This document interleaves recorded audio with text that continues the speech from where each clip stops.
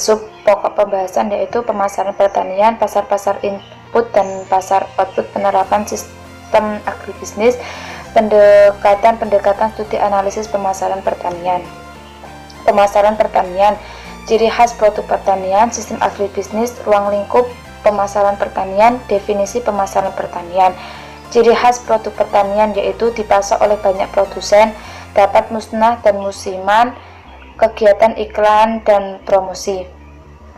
Selain itu, mudah rusak atau busuk, memerlukan tempat luas, produsen letaknya tersebar, berfluktuasi. Pemasaran pertanian yaitu mencakup segala pekerjaan dan badan-badan yang menyelenggarakan terlibat dalam pemindahan hasil-hasil pertanian dari petani,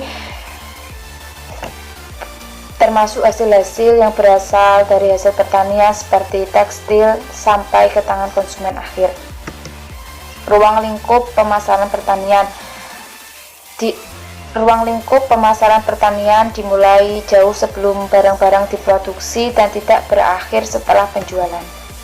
Sistem agribisnis, kegiatan yang berhubungan dengan penanganan komoditi pertanian dalam arti luas, yang meliputi salah satu keseluruhan dari mata rantai produksi, pengolahan masuk dan keluar produksi atau agroindustri, pemasaran masuk keluar pertanian, dan kelembagaan penunjang kegiatan. Sistem agribisnis hilir yaitu kegiatan ekonomi yang mengelola produk pertanian primer menjadi produk olahan, baik produk awal maupun produk akhir, beserta kegiatan perdagangan di pasar domestik maupun di pasar internasional. Subsistem lembaga penunjang yaitu kegiatan menyediakan jasa bagi agribisnis seperti lembaga keuangan, lembaga penelitian dan pengembangan, lembaga transportasi, lembaga pendidikan, dan lembaga pemerintahan atau kebijakan fiskal dan moneter, perdagangan internasional, kebijakan tata ruang, dan kebijakan lainnya. Pendekatan studi atau analisis pemasaran agribisnis yaitu pendekatan manajerial, pendekatan SCP, pendekatan analisis efisien pemasaran, pendekatan fungsional, pendekatan kelembagaan, dan pendekatan komoditi. Pendekatan komoditi yaitu analisis kinerja pasar produk pertanian dengan fokus kajian pada fungsi pemasaran yang berlangsung saat itu. Keunggulan, penelitian fokus pada satu tujuan komoditi pertanian. Kelemahan yaitu belum cukup komprehensif, membutuhkan biaya, tenaga, dan waktu intensif. Tidak diperolehnya gambaran koordinasi antara tahapan pemasaran. Pendekatan kelembagaan, menganalisis berbagai lembaga dan struktur kelembagaan yang terlibat dalam proses tata niaga. Pendekatan fungsional yaitu mempelajari sistem pemasaran dengan mengklarifikasi proses pemasaran produk pertanian berdasarkan fungsinya. Pendekatan keunggulan dari pendekatan fungsional yaitu mempelajari dan menganalisis sistem pemasaran dan terspesialisasi. Kelemahannya yaitu diaplikasikan secara integratif, lebih efektif mengeksplorasi temuan-temuan informatif tentang kinerja pasar.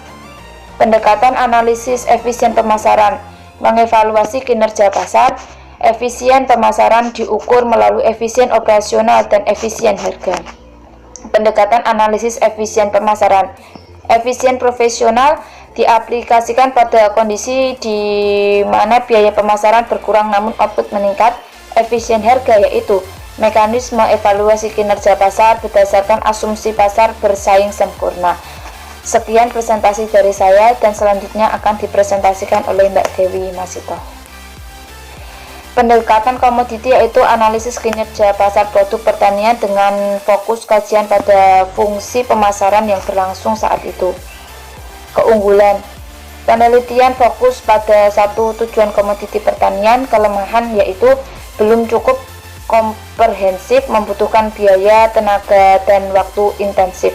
Tidak diperolehnya gambaran koordinasi antara tahapan pemasaran.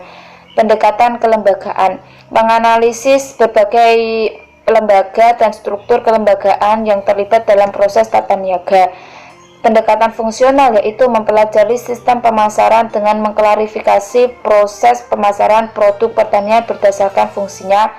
Pendekatan keunggulan dari pendekatan fungsional yaitu mempelajari dan menganalisis sistem pemasaran dan terspesialisasi. Kelemahannya yaitu diaplikasikan secara integratif, lebih efektif mengeksplorasi temuan-temuan informatif tentang kinerja pasar. Pendekatan analisis efisien pemasaran mengevaluasi kinerja pasar. Efisien pemasaran diukur melalui efisien operasional dan efisien harga. Pendekatan analisis efisien pemasaran. Efisien profesional diaplikasikan pada kondisi di mana. Selanjutnya adalah pendekatan SCP yang terdiri dari struktur pasar. Nah, struktur pasar ini menjelaskan bagaimana pelaku pasar terorganisasi berdasarkan karakteristik yang mempengaruhi hubungan antara pembeli dan penjual. Selain itu, mengindikasikan derajat kompetisi dalam pasar yang berpengaruh signifikan pada perilaku harga. Nah, kemudian kriteria untuk mengidentifikasi struktur pasar terdiri dari yang pertama, tingkat konsentrasi pembeli dan penjual. Kedua, tingkat diferensiasi produk, hambatan masuk, tingkat informasi, dan yang terakhir, tingkat integrasi dan diversifikasi. Berikutnya adalah market conduct atau cara partisipasi pasar beradaptasi terhadap situasi pasar.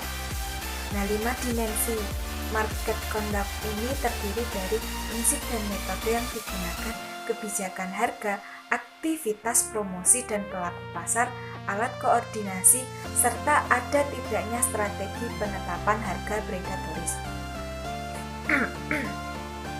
Selanjutnya, market perform atau penilaian atas sejauh mana pasar mampu mengkoordinasikan alokasi sumber daya ekonomi secara efisien untuk kesejahteraan masyarakat.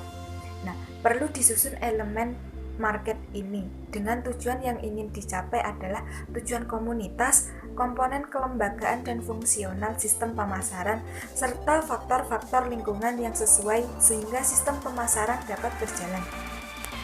Selanjutnya adalah pendekatan manajemen. Pendekatan manajemen adalah menelaah tata niaga dengan menitik beratkan pada pendapat manajer pemasaran serta keputusan yang mereka ambil. Selanjutnya, pasar input pertanian. Pasar input pertanian ini pasar yang memperjualbelikan faktor-faktor produksi yang terdiri dari pasar faktor produksi alam, produksi tenaga kerja, produksi modal, serta produksi kewirausahaan.